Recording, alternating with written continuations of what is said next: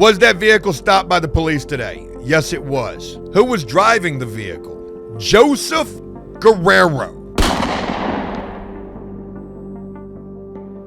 I just recently did something that I've never done before, and I'm learning all about it right now. Folks, I filed my very first ever Freedom of Information Act request, and I did so about myself. I've shared about what happened to me back in 2008 when I got arrested that would ultimately lead to me serving 7 years in prison. I've told that story. Because while driving a car that I wasn't supposed to be driving with cocaine in my pocket, a gun in my waistband. I'm going to link that video down below. It's an old gem if you've never seen it. So anyways, I just recently requested for my information. I wanted body cam footage from my arrest, me getting pulled over, all the things. There were also 2 other individuals with me when I got pulled over. And folks, for those of you who are new here and don't have any idea like who I am, let me give you my story in a nutshell. Served 7 years for nonviolent drug offenses, even though I was caught with a gun as well. I was pulled over in a traffic stop. I was driving a vehicle that didn't belong to me. It belonged to an ex-girlfriend of mine. She was with me. A buddy of mine, nicknamed Sticky, was with me as well. And it was 5 days before Christmas 2008. I will never forget this day for as long as I live. And seeing all this right here, which you're probably wondering what this is, it's arrest reports and statements that I'm getting ready to share with you from this particular arrest that I'm telling you about. 2008. Folks, it's 2025 right now. We're talking 18. That's 10 years. 19, 20, 21, 22, 23, 24, 25. Folks, this happened almost 20 years ago. 17 years, damn near 17 years ago. I was driving a car I had no business driving. I didn't have a license. I had a gun that belonged to the girl who was with me.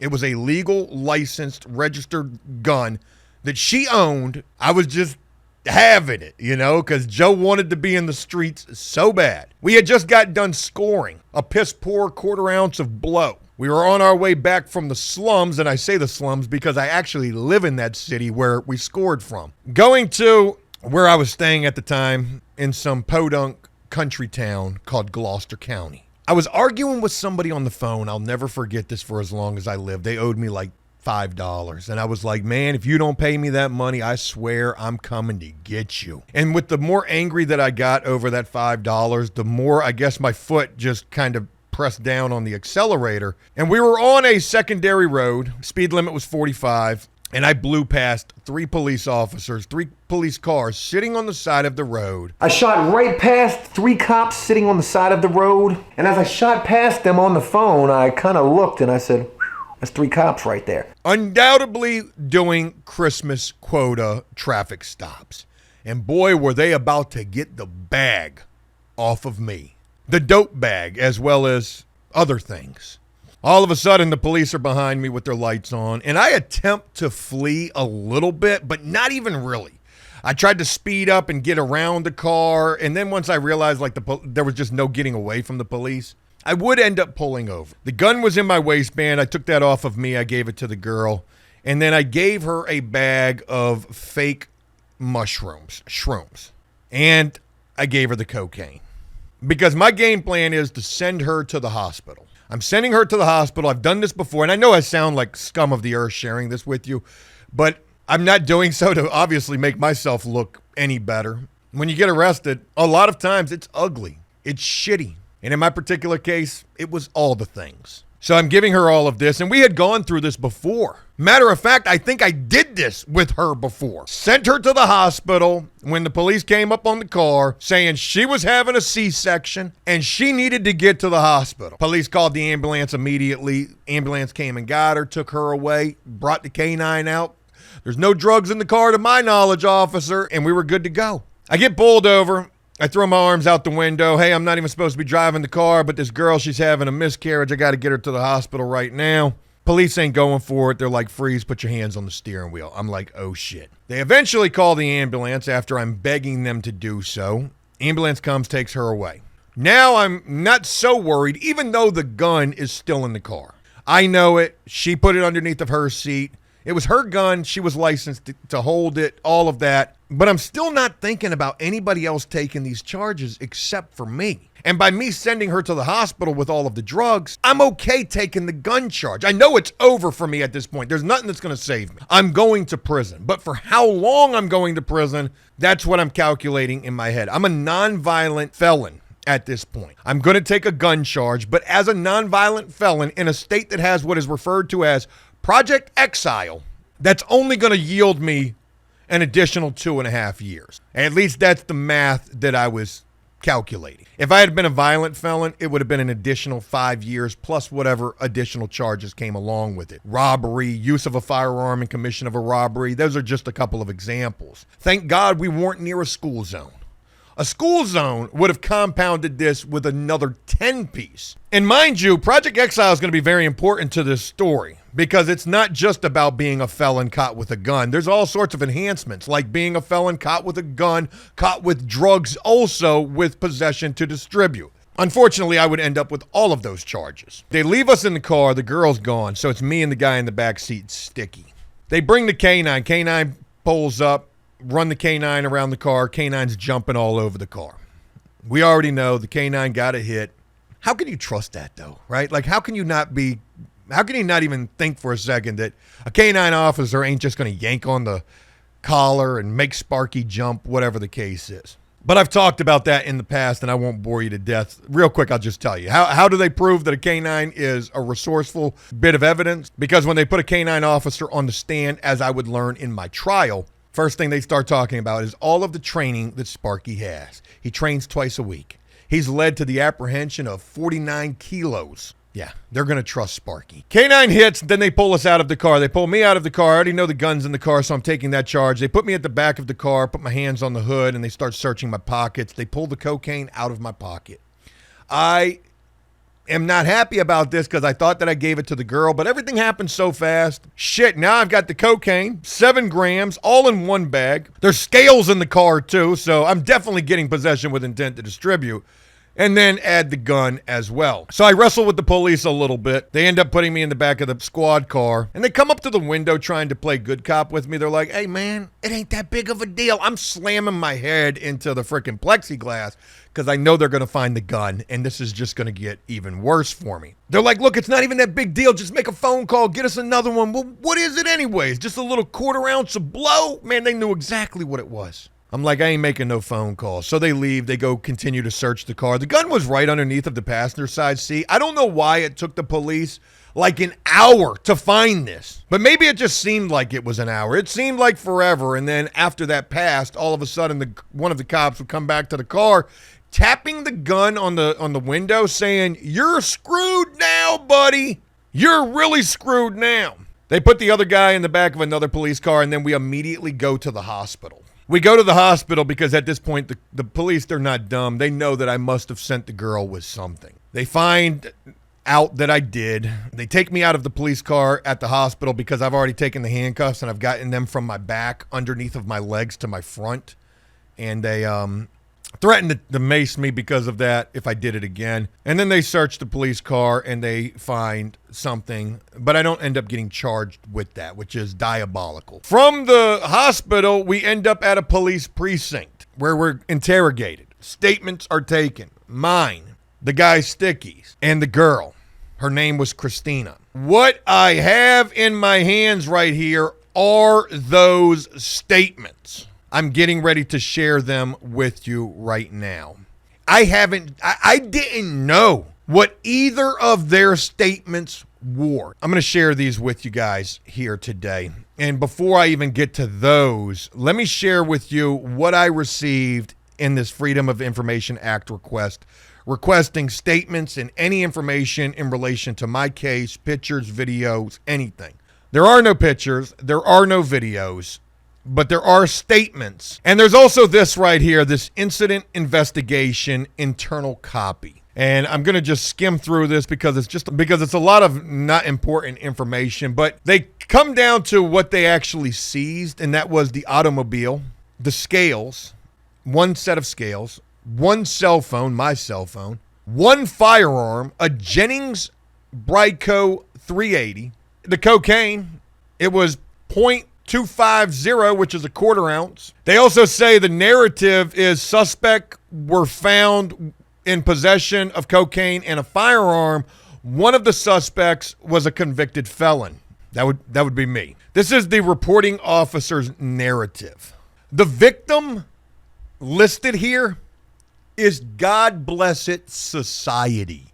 I don't want to use that D word one more time in this, but that is definitely calling for it right there. While on patrol in city of Suffolk, I received radio traffic from, I guess, Officer Roop that he had clocked a white Camaro traveling 70 miles an hour in a posted 55 mile an hour zone.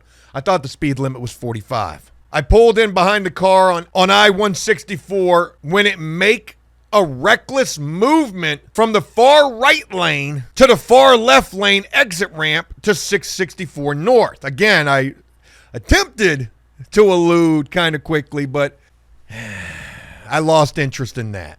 I activated my emergency equipment and stopped the vehicle. I approached the driver's side and Officer Lopez. Lyons and Lopez. If you know, you know, and most of you won't. But I'm sure you've got some pretty popular police officers wherever you're from where their names ring bells for whatever reason. These two particular cops in this particular city were those guys that I just so lucky enough happened to get pulled over by. At the time as well, Lopez, one of these two was a gang investigating officer. And I think the other one worked narcotics or some shit like that, if I can remember correctly. Officer Lopez approached the passenger side. I identified the driver as Mr. Guerrero and the rear seat passenger as Mr. Hollinsworth. That would be sticky. Officer Lopez identified the front seat passenger as Miss Croswell. Miss Croswell stated that she needed to go to the hospital due to, and the police redacted this information, but this is when we were talking about like that miscarriage or whatever. I don't know why they redacted that. We made that up. Like that wasn't true at all. But for sensitivity purposes, I'm sure that's why they redacted that. Mr. Guerrero stated he should not be driving, but his girl was sick, so he had to. Officer Lopez called for a drug dog to run the car. Sergeant Callis arrived and ran his dog while I was writing Mr. Guerrero a summons for driving on suspended and reckless driving. Can you imagine if the drug dog would have never gotten a hit? This situation would have been over right then and there with reckless driving and driving on a suspended license. That is insane for me to think about. Sergeant Callis indicated that his dog had a positive indication on the vehicle. I told Mr. Guerrero that I would be searching the car and he would need to step out of the vehicle. Mr. Guerrero appeared very nervous and began to breathe heavily. The things that you don't realize that you do. Trying to remain calm. You know, I want to sit here and be like, I don't remember breathing heavily. But I wasn't looking at me. I was probably in some form of panic and shock, knowing that my life at this moment was going to be on pause for a few years. Mr. Guerrero was taken to the back of the vehicle where I told him I would be patting him down for weapons. As I began to pat him down for weapons, I felt a lump in his left pocket. When this happened, Mr. Guerrero pulled off of the vehicle and began to turn around. Sergeant Callis and I had to restrain Mr. Guerrero. Mr. Guerrero was in handcuffs as he pulled away repeatedly. I removed a large bag of powder cocaine from Mr. Guerrero's left pocket. My dumbass. It was over no matter what. I was taking the rap no matter what, so whether they found it on me or not didn't really matter. I was going down for it regardless. Officer Lopez searched the vehicle and found a .380 semi-auto pistol by the passenger side of the vehicle. Mr. Hollinsworth and Mr. Guerrero were charged with numerous offenses related to the possession of the firearm and PWID cocaine. Both subjects gave written statements after being Mirandized. Now, again, I took the rap for all of this, so you're probably wondering to yourself, well, Joe, you couldn't have, because how did Buddy end up getting charged? Well, let's go ahead and look at Sticky's statements from 17 years ago. 21 years old at that point in time. He ended up being charged with possession with intent to distribute cocaine. Tell me in your own words what you know about this offense. This is what Sticky would have to say. I got picked up from a neighborhood in Portsmouth Boulevard. then drove through Portsmouth on my way back home until Jay's girl said her blank. That's redacted. So she wanted to go to the doctors or the hospital. And then we came up and see you all. You all got behind us. Jay got nervous. Oh, yeah, that's an interesting point to mention, too. Back then, people used to call me Jay Smooth and Jay Money. Jay got nervous and said, just chill. And then you all found stuff in the car. Is this statement the true event that occurred? Yep. Look at Sticky holding shit 10 toes down. They asked him if he was a member of a gang. He said no. Is this statement true? He said yes. Was this statement given freely? He said yes. Was he advised of his rights? He said yes. They interview him again, and that is after my statement. Prior to restarting this interview, do you remember the rights Investigator Lopez read to you? Yes. Due to the new light shed on the investigation, do you wish to change your statement? Yeah. He says. I need to jump in here real quick and talk about what takes place here. Sticky gets interrogated. The girl gets interrogated. I get interrogated last during the first round of interrogations. I believe that that's how it went. And then after I get interrogated, they interview, I think, both Sticky and the girl again. And I'll talk more about that in just a little bit. So this is Sticky's second interrogation. Due to the new light shed on the investigation, do you wish to change your statement? He said, yeah. Tell me in your own words what happened tonight. Jay found out that I knew somebody that sold dope.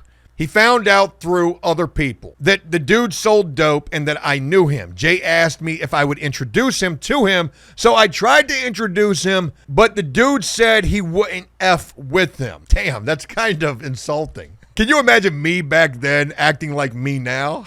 I'm not a cop. Maybe people thought that I was. Ironically, this situation would ultimately prove just how much I wasn't a cop. I had to end up going into the house to get it for him.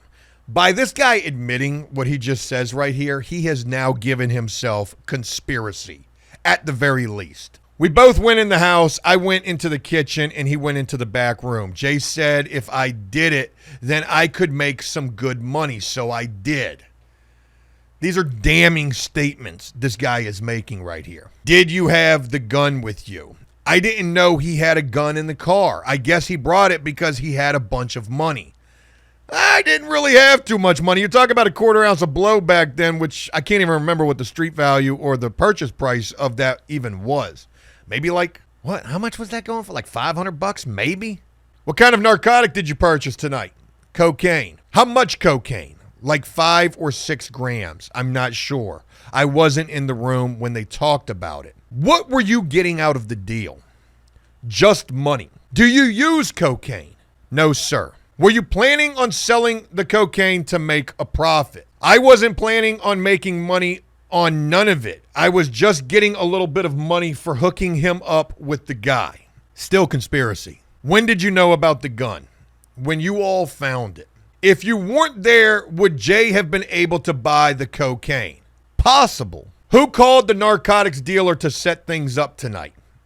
I did. Crucified himself right there with that statement. What is Jay's real name? Jay. That's all I know him by.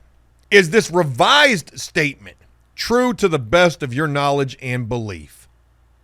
Yes. Folks, I want to take a moment and talk about why Sticky would end up giving a second statement. Like I said, I was the last one who was interrogated during the first round of interrogations. My statement, I'm trying to remember exactly how this went. So here's how it went. When I went in there, I admitted to everything, and this is what I said. Police asked me, tell us what happened tonight. I said I went to Portsmouth to buy cocaine. I was going to take it back to Gloucester County to sell it. I said I had the gun in the car. Sticky was just along for the ride. He didn't know anything. And the girl as well, too. They were just along for the ride. The police were so floored that I said this and just immediately wore everything. They were like, okay. They didn't even ask. I don't remember them asking me any further questions. Maybe they did. They take me back. And then they interview the girl, I guess. Maybe I've got this all wrong. Maybe they interviewed me first and then Sticky and then the girl. But I remember that it was right after they interviewed the girl, because we were all in holding cells right next to each other, okay? We were freezing, so we knew who was going out when. I just can't remember because it was 17 years ago, but I know that right after the girl went out, they either brought me back out or they brought Sticky out. I can't remember which one of us ended up going out first. But that was Sticky's statement right there, his second statement, where he makes some pretty damning admissions. Let's go ahead and move on to the girl. It's also interesting to see how this is actually handwritten as well, too. And what I'm reading from is the printed version of all of this. Old Christina and her statements. Folks, I got to admit, reading her statements are disheartening and kind of paint me in a not so favorable light. So, not really too happy about this. But it is what it is. I'm not mad that she said what she said. It just sucks reading it and all of that. What kind of vehicle do you own? A 1991 Chevy Camaro. That's the car that we got pulled over in. It was her car. Was that vehicle stopped by the police today? Yes, it was. Who was driving the vehicle? Joseph Guerrero. Were you in the vehicle at the time of the stop? Yes, I was in the front passenger seat. Who else was in the vehicle? Derek. They call him Sticky. When police stopped you, where were you? I guess what she says here is, I don't know. My seat was reclined. What happened when the police stopped you? Joseph threw something at me and told me to hide it. What did he throw at you? It was a plastic shopping bag, white in color. There was also another bag inside of it. After he gave you the bag, what did you do? I stuck it in my pants pocket. What did you do once you put it in your pocket? I got an ambulance to bring me to the hospital. What did you do once you got to the hospital? Whenever I got to the hospital, I wasn't sure what to do, so I flushed whatever Joseph gave me in the toilet. Why did you come to the hospital? This part is redacted, and I guess because of the sensitivity of what we've said, why she went to the hospital. Did you throw the shopping bag away in the trash can in the bathroom of the room you were in? Yes. Did Investigator Dotson show you that bag? Yes. I don't even know if they ever recovered what was in that bag. She says she flushed it. I wonder if it's incriminating to me to say that it was fake mushrooms that were in that bag. Was there a firearm in your vehicle? Yes, there's always a gun in my car. It belongs to me. Oh my God, this could have saved me. Holy shit. Had I had a paid lawyer, I might have been able to beat this, but obviously I never would have, because I admitted to this, saying that I had the gun. Why didn't you tell police about the package Joseph gave you? I was scared because I figured it was illegal, but I didn't know that. What type of gun was in the vehicle? A .380, silver in color, and it's registered to me. Where was it in the vehicle? Under the passenger seat. The clip should have been inside of it. Do you have a concealed weapons permit? No. Up until this point, had I not making the statement saying that I had the gun or even the drugs, we would have all had to duke this out in the courtroom. Of course, I would have wore it because it was me, but I'm just looking at a little perspective with this. And up until this point, like I said, had I never admitted to the gun, I could have probably beaten that charge up until this point. But folks, here's where these statements get diabolical. Did Joseph ever handle your firearm? Yes, this morning in my house. What did he do with the firearm? He was looking at it and playing with it. How many times has Joseph handled your firearm? Several times. About a week ago, he took my gun from me and he wouldn't give it back until about 2 days ago. He just set it up on the dresser. Did you ever ask for the gun back? Yes. He said no. Gosh almighty, I don't remember that. Maybe I did though. And I know that makes me sound horrible. Did I take it because I was up to no good? Abso-freaking-lutely. But make no mistake, this woman weren't no saint. Obviously, she didn't deserve to get implicated in this situation with my dumb ass. But you know, I mentioned that because she was kind of batshit crazy and a bit of an alcoholic. So, you know, it is plausible I could have taken that gun for her own good. But 9 times out of 10, I probably took it because I was thugging in the streets. I needed it more than she did. Did you ever ask for the gun back? Yes, he said no. Did you call the police to help? No, because we were dating. True love. Such a toxicity version of whatever this was. Have you ever let Joseph use your car without you? Yes. When you ain't got nothing, you'll try to use people for what they have that you need. And I'm a piece of shit for that. Folks, what we're getting ready to share right now is this girl's statements restarted. Now, mind you, in Sticky's first statement, he mentions nothing about going to get the drugs. In Christina's first statement, they ask her nothing about the cocaine. As far as I remember, the way that things went is when I made my initial statement, I told you exactly what I said. I went here to get the drugs. I was on my way back there to sell them. I had the gun. Nobody knew anything about anything. They were just both along for the ride. The second time that I get interrogated, I will never forget the police throwing Sticky's ID at me, saying, "We want to know more about Sticky." They said, was he just along for the ride or did he know the connect? And at that point, I knew somebody had said something else. And I said, he knew the connect, but that's it. And I can't remember the rest. Let's read her second statement and see if that sheds any more light on this situation. Do you remember the rights that were read to you? Yes. Why did you go to Portsmouth? To see Sticky's friend. I did not know they went to pick up drugs. That's interesting that she says that right there. She says, we went to Portsmouth to see Sticky's friend. I did not know that they went to pick up drugs. There's no prior mention of the cocaine prior to her saying that right there. Now, maybe it was Sticky who went before she did and said what he said. Or maybe it was me. But I don't think that it was me. Because like I said, I remember them throwing his ID at me and saying, we want to know more about Sticky. Did he know the connect or was he just along for the ride? When you got to Portsmouth, who got out of the car at Sticky's friends? Sticky and Jay. Did they interact with anyone? I didn't see them. They walked away from the car. Was that the only stop that you made? No. McDonald's. We stopped at 2 houses. Who got out of the car at each stop? Jay and Sticky got out of the car together at each stop, except 7-Eleven.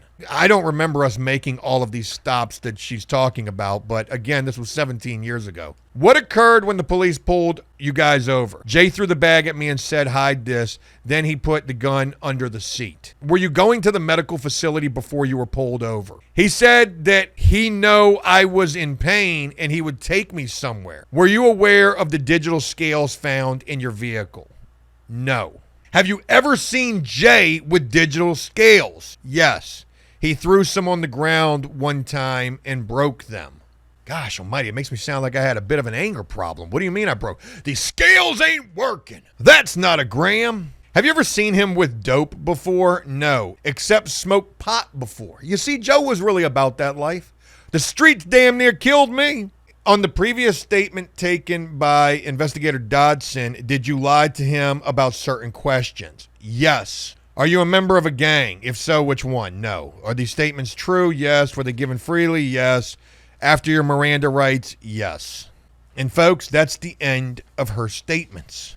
So, with that, if you've made it this far in this video, I probably should have told you this from the beginning because you're going to be very mad at me. I hope that you'll forgive me for this. But when I requested all of this information and then I just received it yesterday, and go check out my video on Joe Does Stuff where I actually vlog me opening the email and what is this going to contain. I was so excited to receive this answer or this response in relation to this Freedom of Information request. It's all vlogged right there. Folks, for whatever reason, they didn't give me my statements if it was 2 of them. So everything that I'm telling you about what I said, you're just going to have to take my word for it. I mean, I really did keep it 10 toes down and I did 7 years and I never implicated anybody else. But I know that without my statement, there are certainly some gaps in this. So here's what I believe happened. I believe that when I wrote for the information that I've received and shared with you, that it was misinterpreted. I said I'd like to receive any body cam footage or, any video that accompanies this, and also any statements as well, or any other information, especially involving the 2 other individuals who were with me. I think that might have been misinterpreted to mean that I didn't even want mine, which is diabolical. 8th time saying that in this video. Forgive me. I need a new word. So I've just requested again, and I had to pay for this. But I said, hey, thank you for what you gave me, but I'm really looking for now my particular statement. So hopefully we're going to be able to get that. It might take a little while. Maybe I could have waited to do this video until then, but I didn't want to wait. I wanted to jump on this right now because I just got it yesterday. And I think that not having my statement is going to be very interesting. Because there's certainly going to be those who maybe think that maybe I did say something that I shouldn't have. I don't know why that would be thought. So I'll look forward to bringing you the update in relation to my particular story and case. And I wonder, would your favorite rapper's favorite rapper or other prison content creator be willing to share so intimately their paperwork? I'm G-checking myself here. Hey, phone check, homie. Show me your paperwork. It's right here. There will be a follow-up in relation to this, so definitely stay tuned for it. Definitely let me know what you think about the information shared here. Hope you found some interest and enjoyment in this. And let me tell you, there's other requests that I have put in for other cases. Could it be people that we featured here? Who's to know? Anyways, I'm going to look for, what I really want is to be able to get the body cam footage. I'm hopeful to be able to get that. Obviously, there probably is none from my case being 17 years ago, but maybe there'll be some that we can get about other cases. And real quick, let me say one final thing before I wrap this up. In the second, actually it would be the third request that I had put in, two requests in relation to my case. We've already shared the response from the first one. We eagerly await that second response with my statements. But in the third request that I put in, which was about somebody completely different who you know very well, that one said that you can't get the body cam footage for a case that was criminal. But I still requested for it anyways, because it is public information. And damn it, I want it. So hopefully we will get that. Hey, look, that's all that I've got in relation to this. If you found interest in this, please leave a like and a comment letting me know exactly what you think.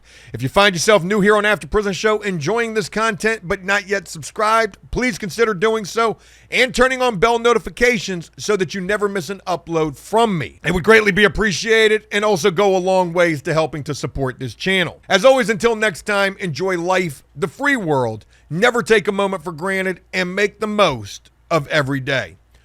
Peace!